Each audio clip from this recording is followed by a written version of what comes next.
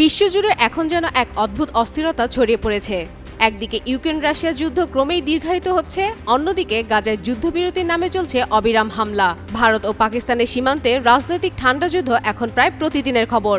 এদিকে তাইওয়ানকে ঘিরে চীনের সামরিক তৎপরতা ও রোমানিয়াকে নিয়ে ন্যাটো মহাসচিব মার্ক রুটের কড়া হুঁশিয়ারি। সব মিলিয়ে আন্তর্জাতিক রাজনীতিতে এখন চলছে চরম উত্তেজনা। এই উত্তপ্ত পরিস্থিতির মধ্যেই আন্তর্জাতিক গণমাধ্যমগুলোতে নতুন এক প্রবণতা নিয়ে উদ্বেগ দেখা দিয়েছে। বিভিন্ন প্রতিবেদনে বলা হচ্ছে, বিশ্বের পরাশক্তি দেশগুলো ইতিমধ্যে অঘোষিতভাবে স্বর্ণ মজুত শুরু করেছে। বিশ্লেষকরা বলছেন, কেন্দ্রীয় ব্যাংকগুলো নিরাপত্তা ও ভবিষ্যৎ সংকট মোকাবেলায় কৌশল হিসেবে রিজার্ভ বাড়াচ্ছে। ঠিক এই বাস্তবতায় পাকিস্তান থেকে এলো আরেক বিস্ময়কর খবর। দেশটির উত্তর পশ্চিমাঞ্চলীয় খাইবার পাখতুয়ান প্রদেশের হরিপুর জেলায় তারবেলা এলাকায় বিশাল এক স্বর্ণের খনি আবিষ্কারের দাবি উঠেছে।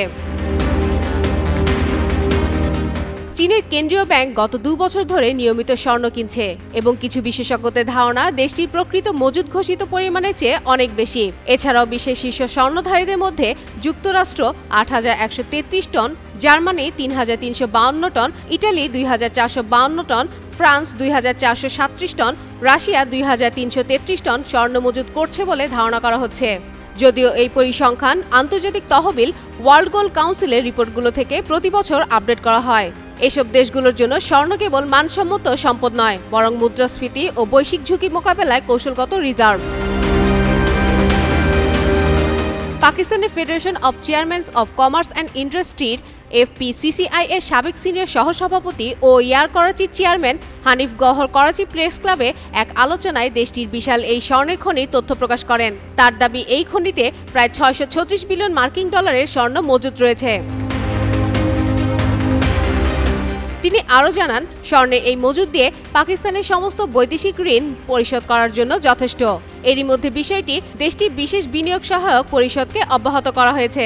ইতিমধ্যে অস্ট্রেলিয়া ও কানাডার 2টি ড্রিলিং কোম্পানির সঙ্গে প্রাথমিক যোগাযোগও সম্পন্ন হয়েছে। প্রধানমন্ত্রীর নির্দেশ পেলেই স্বর্ণ উত্তোলন শুরু হবে।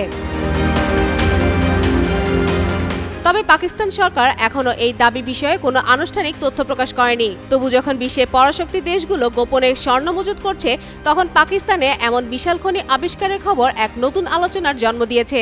কেউ বলছেন এটি দেশের অর্থনৈতিক মুক্তির ইঙ্গিত, আবার কেউ বলছেন এই আবিষ্কার ভূ রাজনৈতিক প্রতিযোগিতার নতুন অধ্যায় খুলে দিতে পারে। ফাতেমা ফাতেহ জান, যুগান্তর নিউজ।